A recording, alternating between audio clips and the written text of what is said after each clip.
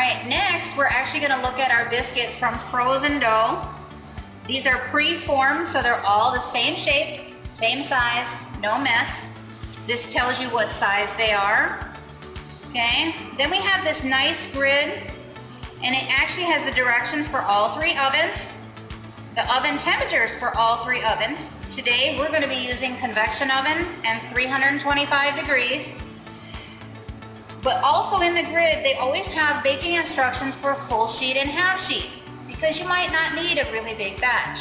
The benefit of having the preformed piece is you could technically bake 1 at a time if you needed to, so you have no waste, no loss. Today we're gonna bake a half sheet pan.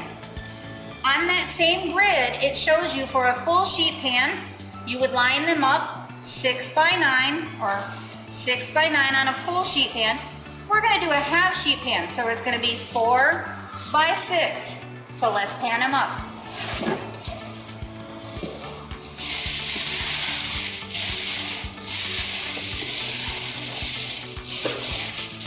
You can see they're individual, not stuck together, easy to pull out, only what you need.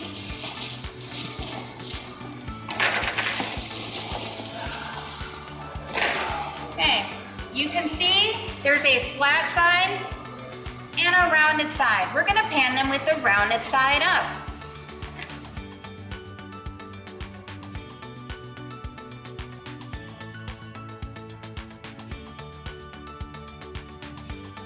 Okay, the method I just showed you, this is called a cluster bake. Cluster means that you have them in rows and with all the sides are touching. So you see a diamond in between them. One of the doneness indicators that we're looking for is an even golden color on the top. We're gonna check for dryness in the diamond. We're gonna lift the center one to check for any gumminess in the interior. And then we'll also check an internal temperature of 185 or above.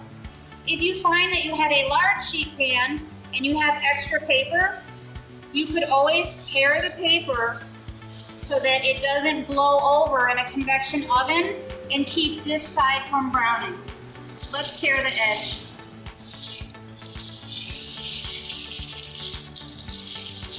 See, that way the paper won't blow over. For our example, we labeled these cluster bake for you to help show how they're gonna be different, and we're gonna do several different batches today. Another way to pan up is something called honeycomb.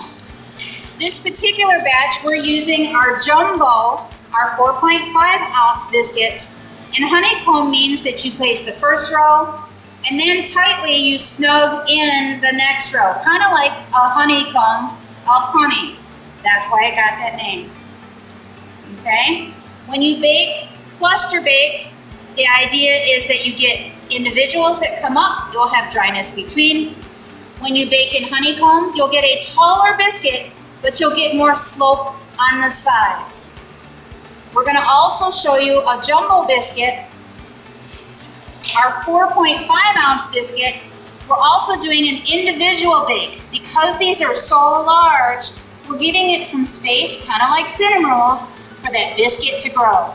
This style we're gonna show you is a cat head biscuit, so you'll see a nice bloom and it'll get additional spread when it comes out of the oven. This will give you great plate coverage.